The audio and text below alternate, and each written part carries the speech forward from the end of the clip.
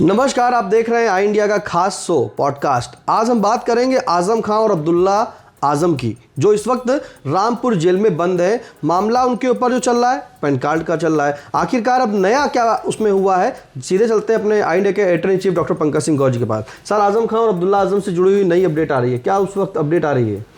देखिए निशांत, आपको बता दें कि समाजवादी पार्टी के राष्ट्रीय महासचिव और पूर्व कैबिनेट मंत्री आजम खान, जो कि रामपुर जेल में बंद हैं, 2 पैन कार्ड मामले में उन्हें सज़ा सुनाई जा चुकी है। इसी मामले में वो जेल में बंद हैं। ऐसे में सेशन कोर्ट में आज एक अपील दाखिल की गई है। अपील को लेकर बड़ी उम्मीदें आजम खान और उनसे जुड़े हुए लोगों को हैं कि इस अपील में उनके साथ कहीं ना कहीं जो उम्मीदें हैं वो लौट करके आएंगी। तो ये माना जा रहा है कि 2026 नया साल, ये चूँकि नया साल इनके लिए उम्मीदों भरा होगा या नहीं होगा, चूँकि बहुत सारे मामले हैं। ऐसे में आजम खान को राहत मिलती है कि नहीं मिलती है, ये भी देखना होगा। फिलहाल 2 पैन कार्ड मामले में जो अपील सेशन कोर्ट में की गई है, उसमें कोर्ट ने जो तिथि मुकर्रर की है वो 7 जनवरी मुकर्रर की है। तो 7 जनवरी को अब सबकी निगाहें इस बात को लेकर लग गई हैं कि जो अपील दाखिल हुई है, जो सज़ा उनको सुनाई गई थी, वो माफ़ होगी या बरकरार रहेगी, ये देखना रहेगा। फ़िलहाल आपको बता दें कि समर्थकों ने उम्मीद लगा रखी है कि आज़म खान को इस मामले में राहत मिलेगी। और इसमें आज़म खान ही नहीं, उनके जो बेटे हैं अब्दुल्ला, वो भी इसी मामले में सज़ा पाए थे। और ये सज़ा जो सुनाई गई थी उसके बाद ही अपील ये सेशन कोर्ट में दाखिल हुई है। तो इसमें जो आज़म खान के अधिवक्ता हैं जुबैर अहमद, उन्होंने जो जुबैर अहमद खान हैं उन्होंने आज बाकायदा अदालत में दलीलें पेश की, जिसके बाद ही ये जो है तिथि मुकर्रर हुई और अभियोजन पक्ष ने भी अपनी बात रखी। तो दोनों ओर से बातें रखी गई हैं। अब उस तिथि पर सबकी निगाहें लगी हैं जब इस मामले में अदालत अपना कोई निर्णय सुनाती है या डेट आगे बढ़ती, ये देखना अब लाजमी रहेगा।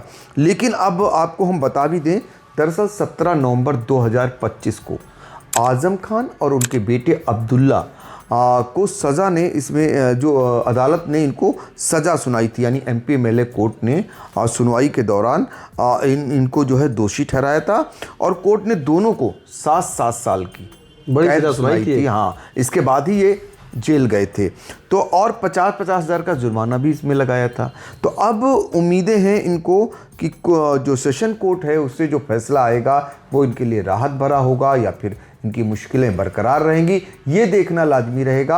अब निशांत, आप भी जान रहे हैं, और चूँकि आप इसको कवर करते थे, सीतापुर जेल में आज़म एंड उनकी फैमिली और साथ ही आज़म खान यहाँ बंद रहे। बिल्कुल वही, बहुत लंबे समय तक सब लोग मिलने आते थे, उनके परिजन पूरा मिलने आए, बिल्कुल पत्नी मिलने आई, बेटा बड़ा मिलने आया। तो ऐसे उम्मीद ये माना जाए कि आज़म खान जो है 2026 यानी कि नया साल शायद आज़म खान को कहीं राहत दे दे।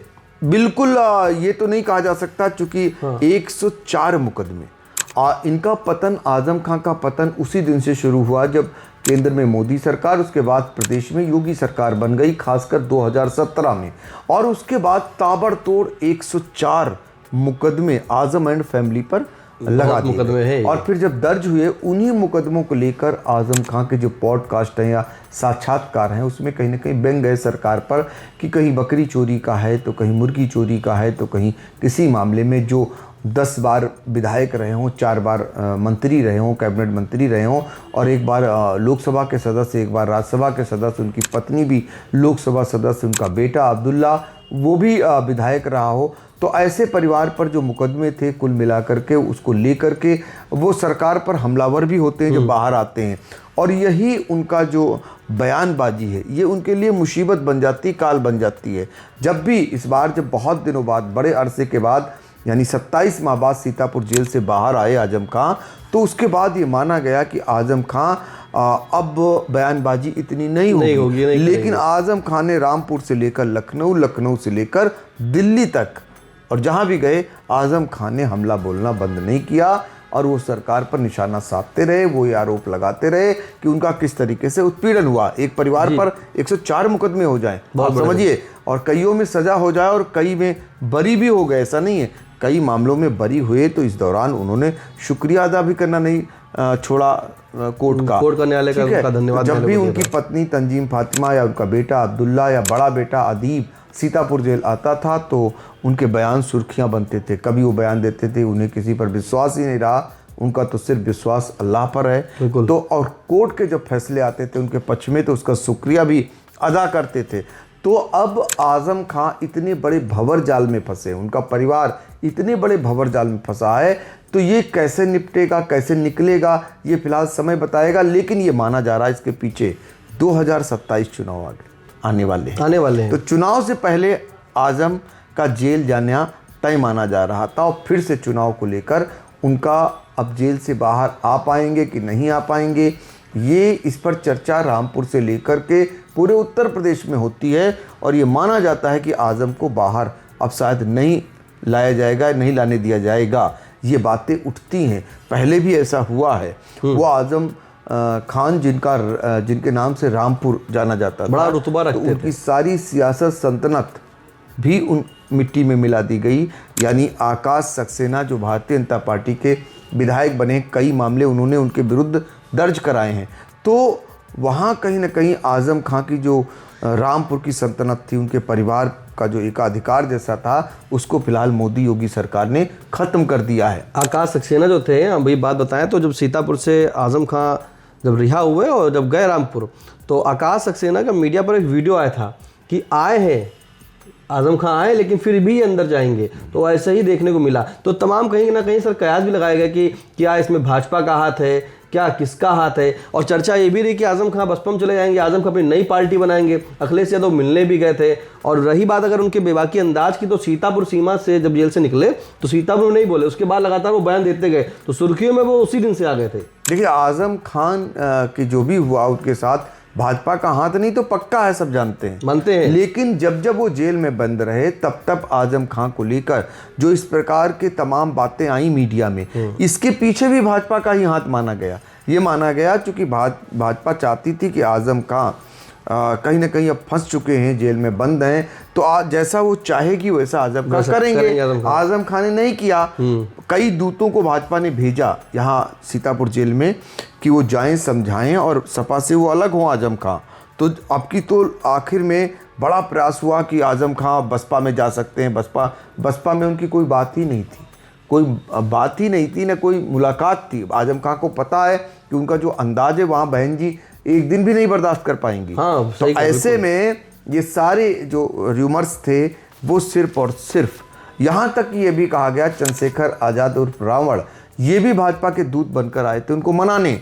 और पहले ही जब 2017 में जब शिवपाल यादव जो समाजवादी पार्टी के वरिष्ठ नेता हैं, राष्ट्रीय महासचिव हैं, वो जब भारतीय जनता पार्टी के संपर्क में थे, तब उनके जरिए प्रयास किया गया कि आज़म खान को जो है आज़म खान आ जाएं और तीसरा मोर्चा बना लें, दूसरी जगह चले जाएं। और इसके बाद एक प्रयास आचार्य प्रमोद कृष्णम, उस समय कांग्रेस के नेता होते थे, उनके जरिए किया गया। ये सब साबित करता है चूंकि शिवपाल यादव का भारतीय जनता पार्टी से संबंध ये भी जग जाहिर है। आचार्य प्रमोद कृष्णम जब कांग्रेस के नेता होते थे, उसके बाद वो मिलने आए थे, उसके बाद आचार्य प्रमोद कृष्णम कहाँ गए, भारतीय जनता पार्टी में गए। तो ये सारे दौर भारतीय जनता पार्टी ने चलाया, तो ये सारे तीर जो है खाली गए। इसके बाद इनको फिर सहूलियत मिली, जब ये छूट कर आए तो लगा कि अब आज़म ठंडे हो जाएंगे, कुछ नहीं बोलेंगे, या आज़म जैसा वो चाहेंगे वैसा करेंगे। और उनके बीच और समाजवादी पार्टी के बीच तमाम जो है लड़ाई की तैयारी कराई गई, तमाम तरीके की। वो खत्म कर दिया अखिलेश यादव ने। अखिलेश यादव ने जा करके वहाँ ख़त्म कर दिया। उन्होंने जो है एक जेब में आज़म खान को रखा और एक जेब में रामपुर के सांसद दोनों को रखा। और रामपुर के जो सांसद हैं उनकी नहीं पड़ती आज़म खान से, सभी जानते हैं। और वो जो है जब उनकी नहीं पड़ती तो भारतीय जनता पार्टी ने उन पर डोरे डालने शुरू कर दिए, उनको कार्यक्रमों में बुलाना शुरू कर दिया। जब देखा आज़म खान वो है, मतलब जो तोड़ फोड़ की राजनीति में होता है वो बखूबी भारतीय जनता पार्टी यहाँ करती हुई दिखाई दी। आकाश सक्सेना जो सीधे केंद्र सरकार से गवर्नर, यानी मोदी और योगी के सीधे तौर पर खास हैं। और उनका इस बार जो मंत्रिमंडल विस्तार हो रहा है, ये माना जा रहा है उनका नाम है उसमें, वो मंत्री बनाए जा सकते हैं, चूँकि रामपुर में मैसेज देना है। तो ये भी भारतीय जनता पार्टी खेल कर रही है। और जब भी कोई मामले होते हैं कोर्ट में भी पैरवी करते हैं आकाश सक्सेना और बड़ी उससे पैरवी करते हैं।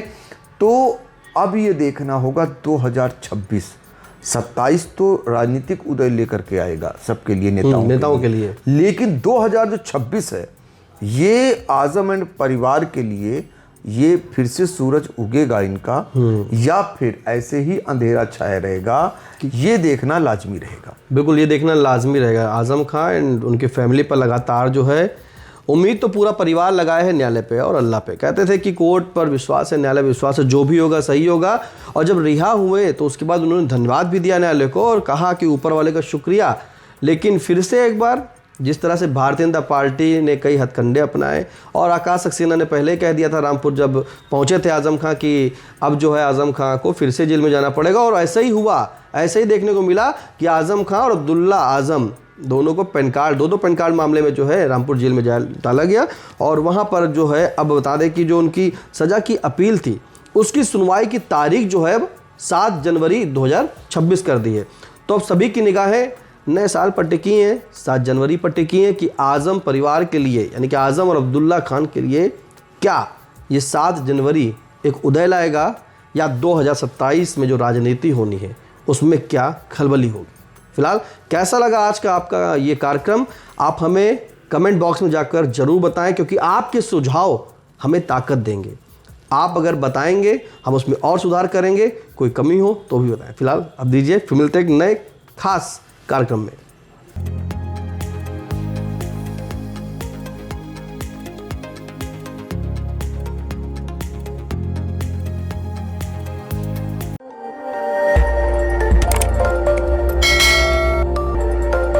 खबर आपकी, नजर हमारी। देखते रहिए आई इंडिया।